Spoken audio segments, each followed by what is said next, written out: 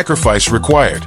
The group gathered in the library, the weight of the crypt's revelations hanging heavily in the air. Emily sat at the long wooden table, Michael Shaw's journal open in front of her. Its yellowed pages were filled with cryptic scrawls and dark incantations, each one more chilling than the last. "We're missing something," Maggie said, pacing back and forth. Her voice was steady, but her clenched fists betrayed her tension. "The portal is sealed, and Isabella's fury has been calmed, but the curse hasn't been broken. The castle is still alive." Emily ran her fingers over the page, her heart sinking as she read Michael's final entry again. "The bloodline binds the seal, but the seal demands balance.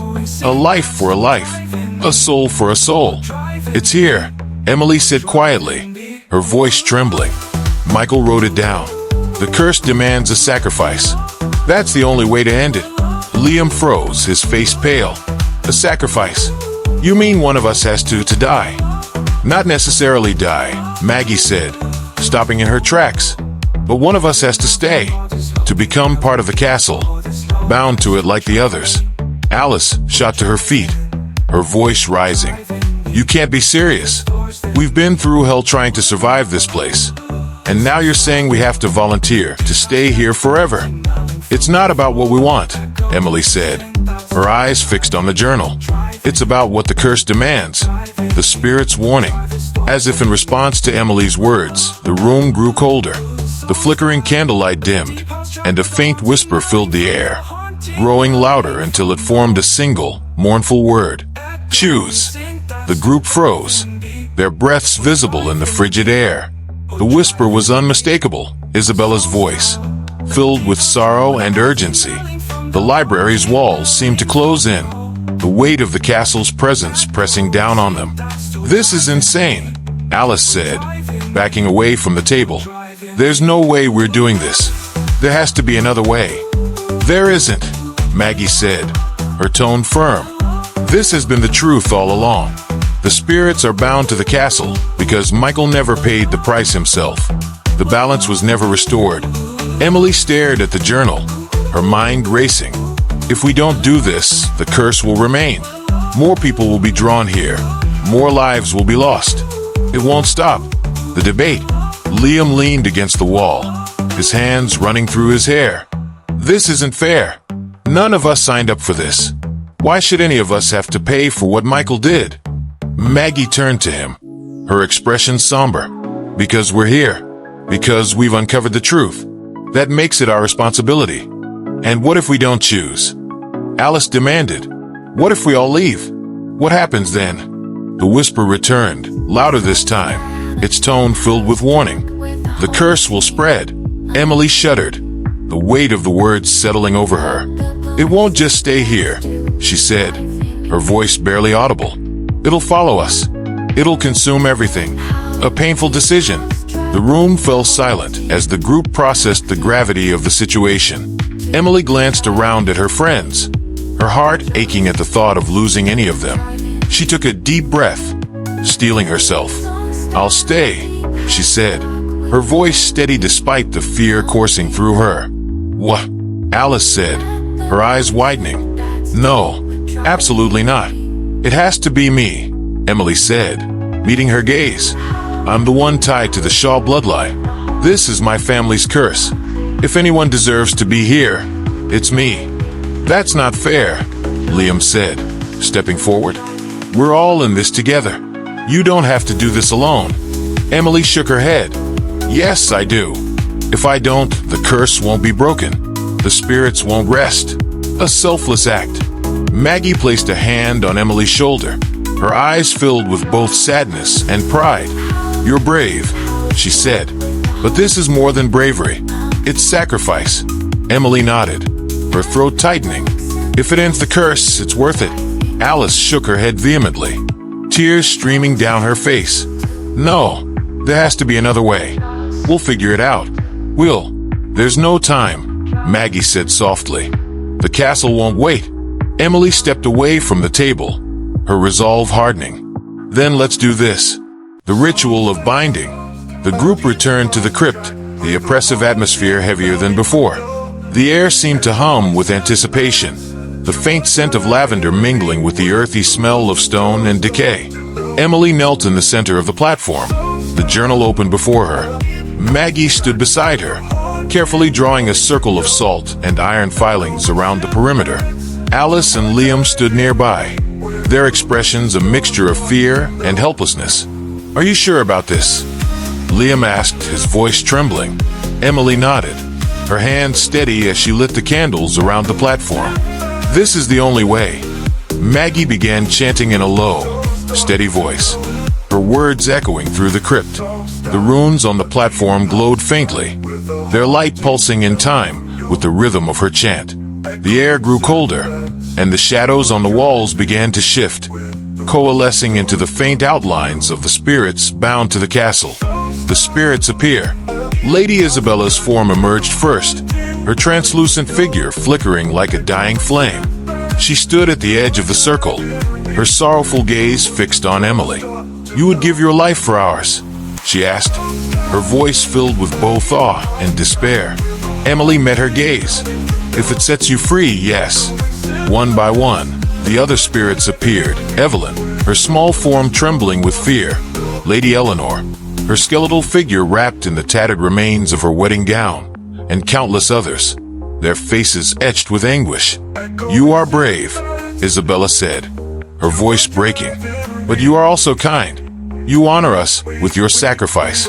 The binding completed, the chanting reached its climax, the light from the runes intensifying until the crypt was bathed in an otherworldly glow. The spirits began to dissolve, their forms fading into the light as the runes pulsed one final time. Emily felt a strange warmth wash over her, a sense of peace unlike anything she'd ever known. She closed her eyes, letting the light envelop her. When she opened them again, she was alone. A new guardian. The crypt was silent, its oppressive energy replaced with an eerie stillness. Emily stood at the center of the platform, her form faintly translucent. The journal lay at her feet, its pages blank, its purpose fulfilled. The curse was broken, but she was bound to the castle, her soul tethered to its walls. For the first time in centuries, Ballygally Castle was at peace. Connor's descent. The survivors gathered in the castle's library, their breaths shallow as they processed Emily's sacrifice. Her absence was a raw wound, her final moments replaying in their minds. Though the heart had been destroyed, the oppressive atmosphere of the castle had not lifted. The air was thick, vibrating faintly with an energy none of them could define. Connor sat apart, his head in his hands, silent since they had fled the crypt. Maggie watched him closely, her instincts screaming that something was wrong. The shadows around him seemed darker, more alive, and every now and then, a faint flicker of green light danced in his sunken eyes. "Connor," Maggie ventured, her voice cautious. "We need to move. The castle, it's not finished with us." Connor didn't respond. Liam stepped forward, his face pale with exhaustion and fear.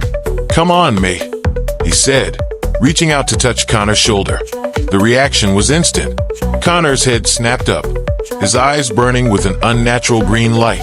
He shoved Liam back with a strength that sent him sprawling. "Connor," Alice whispered, her voice trembling. But it wasn't Connor who responded. The voice that came from his lips was layered, ancient, and filled with malice. "You thought it was over," the entity sneered. "Emily's sacrifice was a start, but the castle is far from done." The group stumbled back as Connor rose to his feet, his movements jerky and unnatural. Shadows coiled around him, feeding on the energy of the castle. The deadly chase. Connor's possessed form lunged at Liam first, his speed and strength inhuman. Liam barely dodged, scrambling to his feet as the library descended into chaos. Books flew from the shelves, and the once dim chandelier overhead flared with a sickly green light. "Run!" Maggie screamed, shoving Alice toward the door. The group scattered, fleeing into the labyrinthine halls of Ballygally Castle. Connor pursued them relentlessly, his laughter echoing through the corridors, filled with malice and mockery. Alice and Liam darted down a narrow staircase, their flashlights casting frantic beams of light that did little to penetrate the oppressive darkness. Behind them, Connor's footsteps thundered, growing louder with every second. The shadows around him seemed to extend, clawing at the walls as though the castle itself was hunting them. Maggie, separated from the others, clutched a handful of protective charms from her bag. She ducked into a small alcove, her breath coming in short, ragged gasps.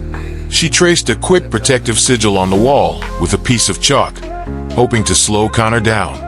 But the sound of his laughter told her it wouldn't be enough. Evelyn's aid.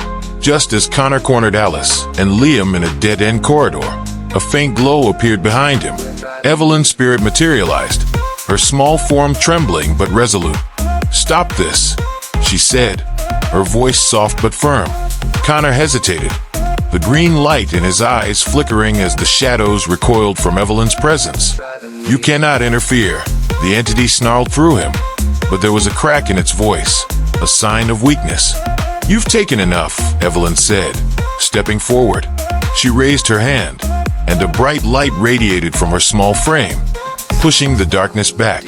Connor screamed, collapsing to his knees as the green light drained from his eyes. For a moment, he was himself again, his face filled with horror at what he had done. "I'm sorry," he whispered before falling unconscious. Evelyn turned to the others, her expression grave. "You need to leave. Now, escape and loss." With Connor unconscious, Liam and Maggie carried him as they fled through the castle. Evelyn led the way, her faint glow lighting the path through the crumbling corridors. The castle seemed to resist their escape. Doors slammed shut in their faces, and the walls trembled as though alive. Alice clutched Maggie's arm. "We're not going to make it," she said, her voice trembling. "Yes, we will," Maggie replied, though her own doubt was evident. At last, they reached the entrance hall. The massive wooden doors, which had been locked since the curse had awakened, creaked open as Evelyn waved her hand. "Go," she said. "The castle will let you leave, but it won't let you forget." Liam hesitated, glancing back at her. "What about you?" he asked. Evelyn shook her head, her translucent form already beginning to fade. "I'm part of this place," she said. "I always have been." The group hesitated for a moment longer, but the castle groaned, its walls cracking as the shadows surged forward. They had no choice but to run. Haunted lives. Days later, the survivors sat in a small pub in Belfast, the reality of what they had endured weighing heavily on them. Connor, now awake but gaunt and pale, stared into his untouched drink. "She saved us," he said finally. "Evelyn saved us, but we left her there. We didn't have a choice," Maggie said, her tone gentle but firm. "She made her choice long ago, just like Emily did." Alice shuddered, wrapping her arms around herself. "I can't stop seeing it," she whispered. "Every time I close my eyes, I'm back in that castle. I can hear the whispers, feel the shadows." "It's not just you," Liam admitted. "I've been dreaming about it too. The castle's still with us, isn't it?" Maggie nodded, her expression grim. "The curse never truly ends. It's tied to us now, to all who escape." The door reopens. Years passed, and Ballygally Castle stood quiet but never forgotten. Locals avoided it, sharing hushed tales of its horrors. But curiosity always found a way to awaken the past. One foggy morning, a group of tourists ventured onto the grounds, drawn by rumors of hauntings and viral videos that had surfaced after the survivors' ordeal. The castle appeared abandoned, its windows shattered and its walls overgrown with ivy. But its presence was as oppressive as ever. Inside, the tourists found the air thick and cold, their laughter and chatter fading as they explored the dark halls. One of them, a young woman, wandered into what had once been the dining hall. She froze as her flashlight illuminated the long table, now pristine and set with gleaming silverware and fresh, steaming food. The others joined her, their confusion turning to unease as faint whispers filled the room. The whispers grew louder, forming words that sent chills down their spines. "Welcome back." The heavy doors of the castle slammed shut, and the cycle began anew.